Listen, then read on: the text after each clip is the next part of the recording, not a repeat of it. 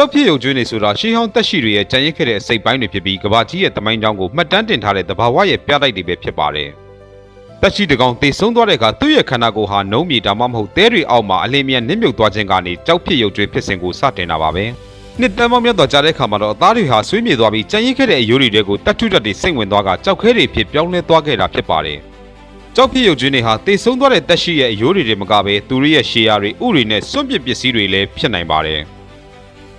ကမ္ဘာတက်တန်ရအစောဆုံးကျောက်ဖြစ်ရုပ်ကျွေးတွေဟာလွန်ခဲ့တဲ့နှစ်ပေါင်း 3.5 ဘီလီယံလောက်က Stratomatolites လို့ခေါ်တဲ့ဘက်တီးရီးယားအစုဝေးကျောက်လွှာတွေပဲဖြစ်ပါတယ်။ဒီကျောက်ဖြစ်ရုပ်ကျွေးတွေကနေတဆင့်အောက်သေးခြင်းဟာကမ္ဘာလေထုထဲကိုဘလို့စတင်ရောက်ရှိတယ်လဲဆိုတဲ့လျှို့ဝှက်ချက်ကိုသိပ္ပံပညာရှင်တွေကဖော်ထုတ်နိုင်ခဲ့တာဖြစ်ပါတယ်။ပင်လယ်ထဲကကျောက်ဖြစ်ရုပ်ကျွေးတွေကိုတောင်ထိပ်တွေမှာတွေ့ရခြင်းဟာကမ္ဘာမြေလွှာကြီးတွေဟာတစ်ချိန်ကပင်လယ်အောက်မှာရှိခဲ့တယ်ဆိုတာကိုသက်သေပြနေတာပဲဖြစ်ပါတယ်။ Ammonite လို့ခေါ်တဲ့ cube ပုံစံကျောက်ဖြစ်ရုပ်ကျွေးတွေဟာဒိုင်နိုဆောတွေမတိုင်ခင်ကတည်းကပင်လယ်ထဲမှာအများပြားရှင်သန်ခဲ့တဲ့သတ္တဝါတွေရဲ့မှတ်တမ်းတွေပါပဲ။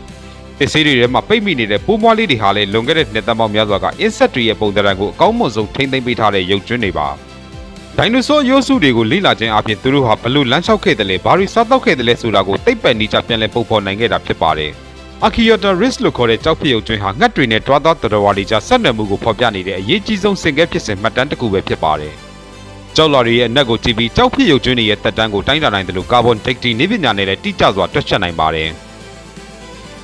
ကျောက်ဖြစ်ရုပ်ကျွန်းတွေကနေတဆင့်ကမ္ဘာပေါ်မှာတက်ရှိတွေဆူလိုက်ပြုံလိုက်မျိုးသုံးခဲ့တဲ့ Max Extinction ဖြစ်ရကြီး9ခုရှိခဲ့တာကိုလည်းသိရှိခဲ့ရပါတယ်။အနဝဗီဒပညာရှင်တွေဟာဝေလာ9တွေရဲ့ခြေဦးမျိုးစိတ်တွေမှာခြေထောက်တွေပါခဲ့ဘူးတဲ့ဆိုတာကိုသူတို့ရဲ့ကျောက်ဖြစ်ရုပ်ကျွန်းတွေကိုကြည့်ပြီးသက်သေပြနိုင်ခဲ့ပါတယ်။ရုပ်ကျွန်းတွေဟာကမ္ဘာရဲ့သေဥတုဘလို့ပြောင်းလဲခဲ့တယ်လဲဆိုတာကိုလည်းပြောပြပါတယ်။အခုအန်တာတိကတိုင်းမှာတစ်ပစ်ရုပ်ကျွန်းတွေတွေ့ရတာဟာတစ်ချိန်ကအဲ့ဒီမှာတစ်တော့ရှိခဲ့လို့ပါ။လူသားရဲ့စင်ကဲဖြစ်စဉ်ကိုလည်းလူစီလို့ခေါ်တဲ့ Australopithecus ရုပ်ကျွန်းကနေတဆင့်လွန်ခဲ့တဲ့နှစ်ပေါင်း3တန်းကျော်ကဘိုးဘွားတွေရဲ့အကြောင်းကိုသိခဲ့ရတာပါ။